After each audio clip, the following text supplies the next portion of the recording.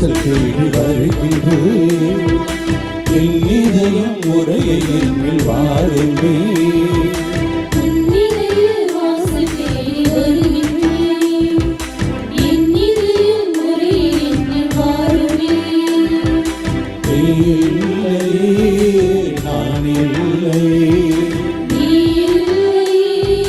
நான் இல்லை, நான் வாழேன் உள்ளம் தான்.